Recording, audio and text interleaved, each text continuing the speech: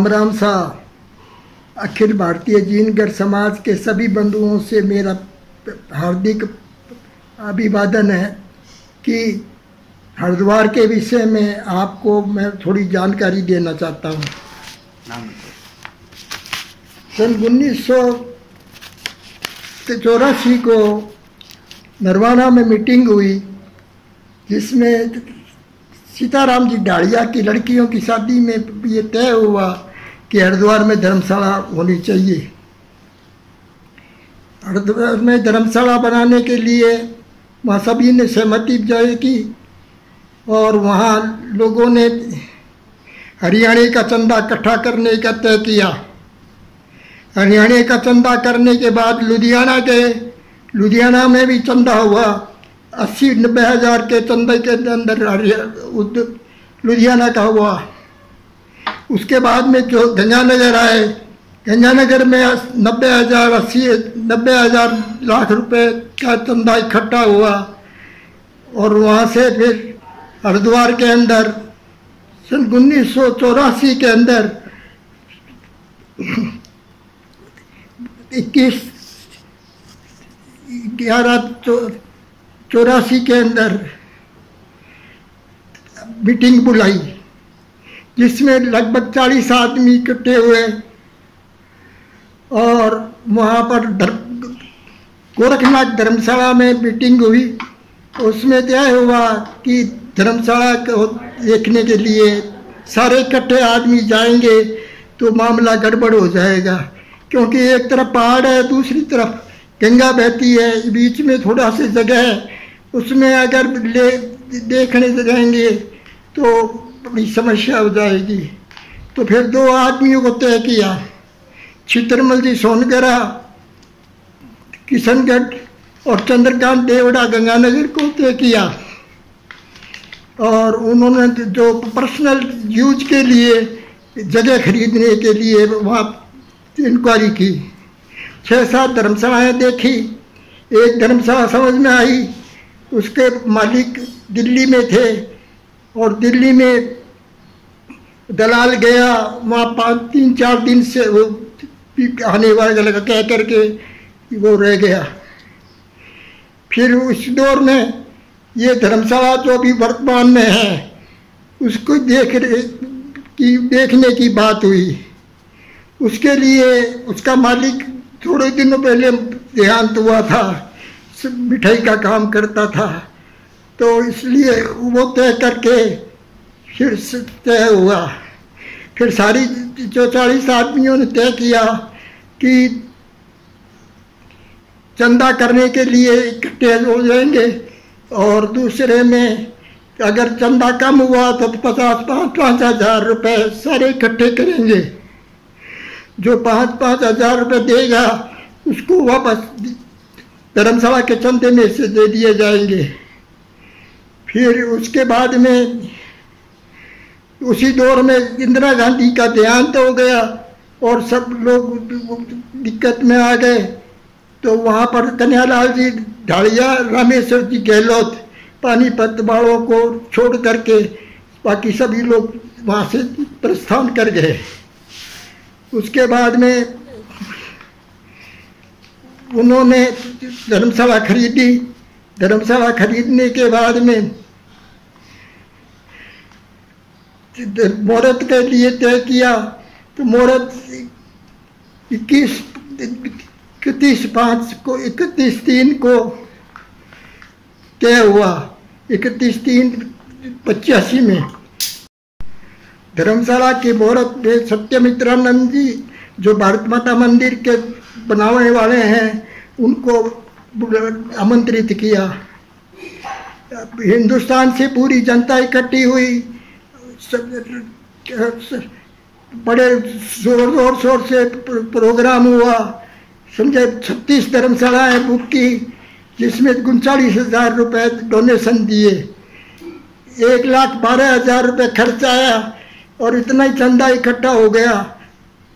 ये अखिल भारतीय समाज का ऐसा सम्मेलन न तो होने का है न होगा।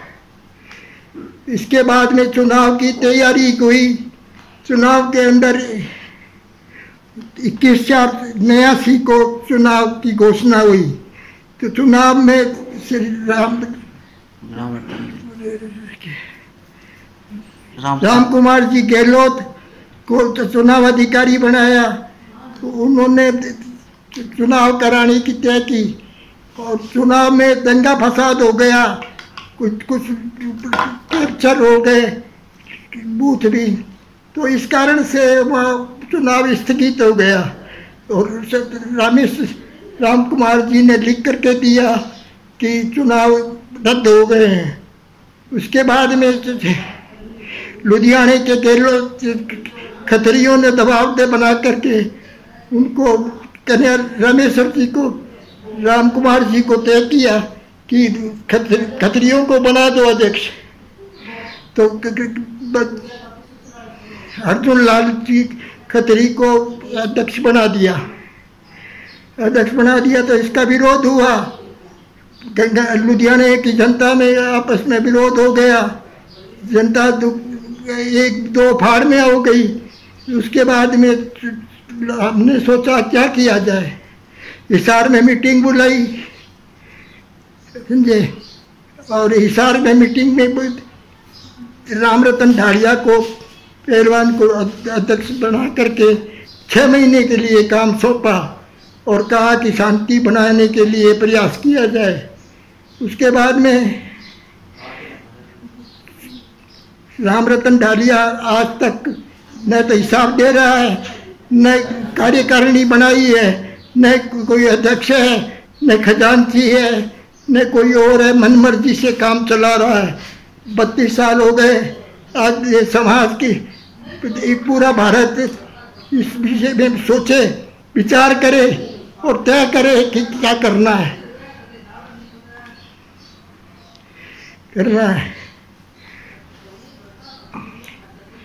ये इसने कई बार वादे किए। हम गंगा लुधियाना में हरिद्वार में इकट्ठे हुए, वहाँ मीटिंग बुलाई तो वहाँ पुलिस को बुला लिया और गुंडों को बुला लिया, मारपीट करने की नौबत आ गई।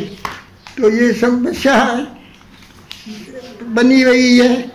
और बीकानेर में भी मीटिंग हुई थी, गंगानगर में मीटिंग हुई थी, उसमें भी उसको हटा दिया गया, लेकिन उसके बावजूद भी उसने अपना हिसाब नहीं दिया। अब समाज के सभी बंधुओं से निवेदन है कि वो इसमें विचार करे और उसके ऊपर भी तय करे, और उसको भी भगवान ईश्वर से प्रार्थना करते हैं कि उसको सद्बुद्धि दे और वो समाज के सब बुद्धिजीवियों को और समाज के समस्त व्यक्तियों को हिसाब दे और चुनाव को सर्वसम्मति से कार्यकारिणी बने और भारत का विकास हो।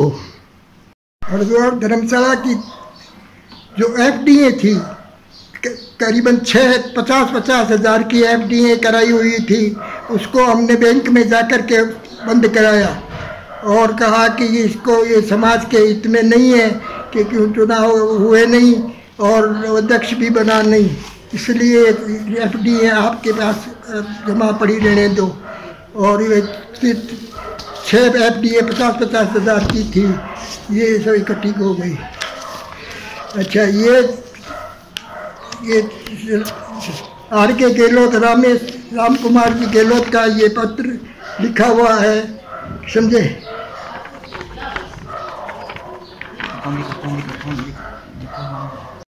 अखिल भारतीय समाज को निवेदन है कि अखिल भारतीय संगठन बनाया जाए जिसके अंदर पूरे हिंदुस्तान के लोगों को लिया जाए और सामाजिक चेतना की भाग सजाई जाए, समझे। इसमें आर्थिक, राजनीतिक और शैक्षणिक विचार किया जाए और समाज के विकास के लिए सभी संगठित होकर के आगे आए।